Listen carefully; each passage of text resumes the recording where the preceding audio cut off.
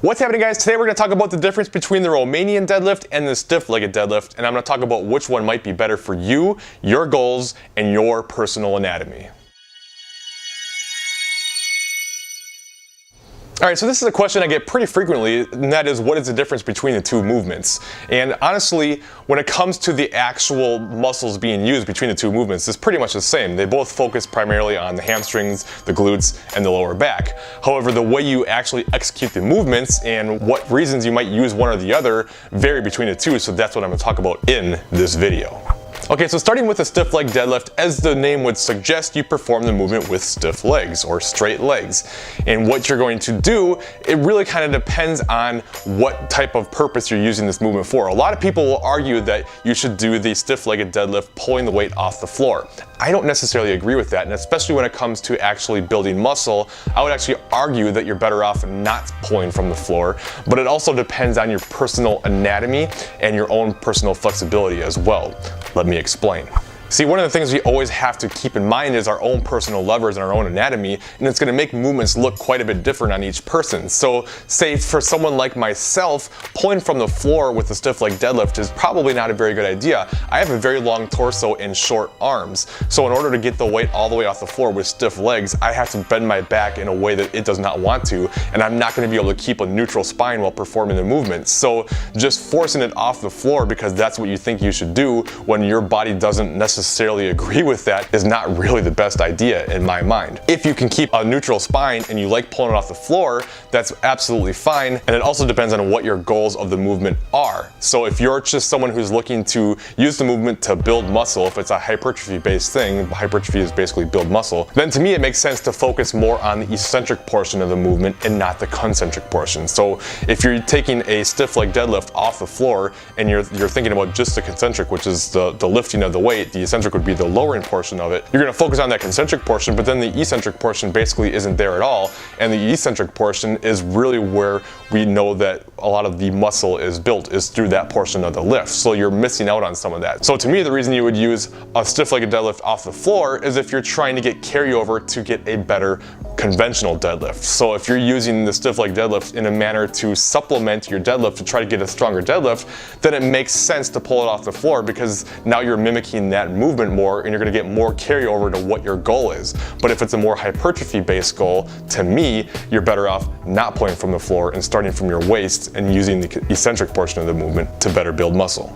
So for the purposes of this video, I'm going to demonstrate it not off the floor and starting from your waist. So what you want to do is lower the weight and keep it under control, so don't go up and down too fast. I prefer a good at least like 2 or 3 second eccentric portion here, and lower the weight, keeping that bar tight to your body. So it should literally drag up and down your thighs and your shins all the way up and down. You don't want that bar getting out in front of you because then you're putting yourself in a jeopardizing position where you could really easily hurt your back, and it just will be a much less effective movement. You're not going to perform it in a way that you're going to get the benefit if you do this. So keep it safe and keep it nice and tight.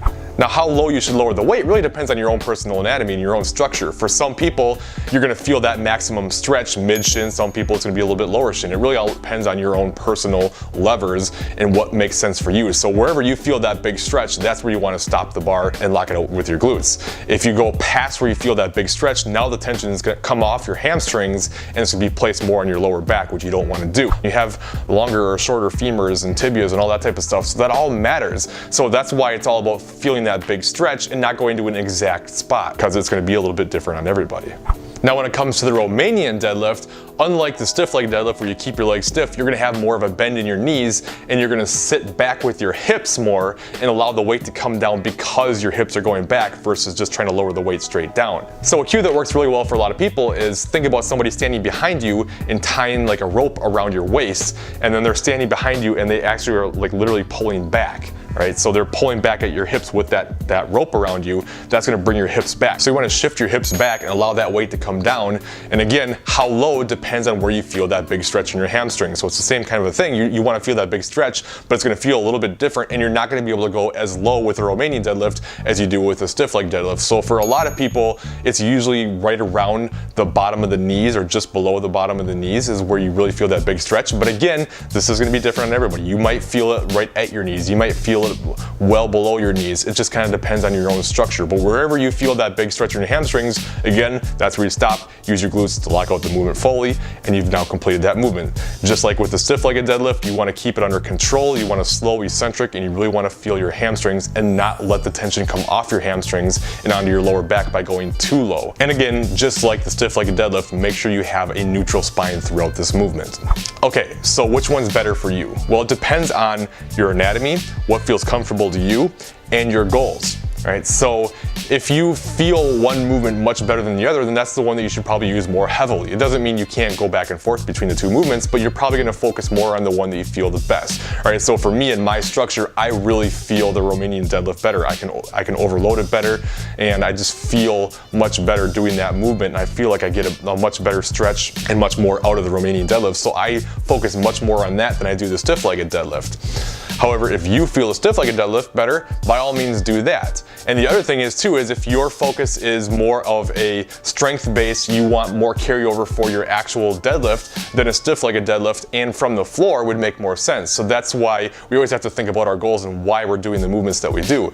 If you're just trying to get a stronger deadlift, then doing a stiff-legged deadlift off the floor with a more concentric focus is going to give you much more carryover to the actual deadlift, which is 100% concentric movement. You're not worried about the eccentric portion of an actual deadlift. So you're going to get much better carryover from a stiff-legged deadlift than a slow eccentric Romanian deadlift when it comes to actual deadlift strength. But it just always depends on your own personal goals and your own personal structure as to what's going to work better for you.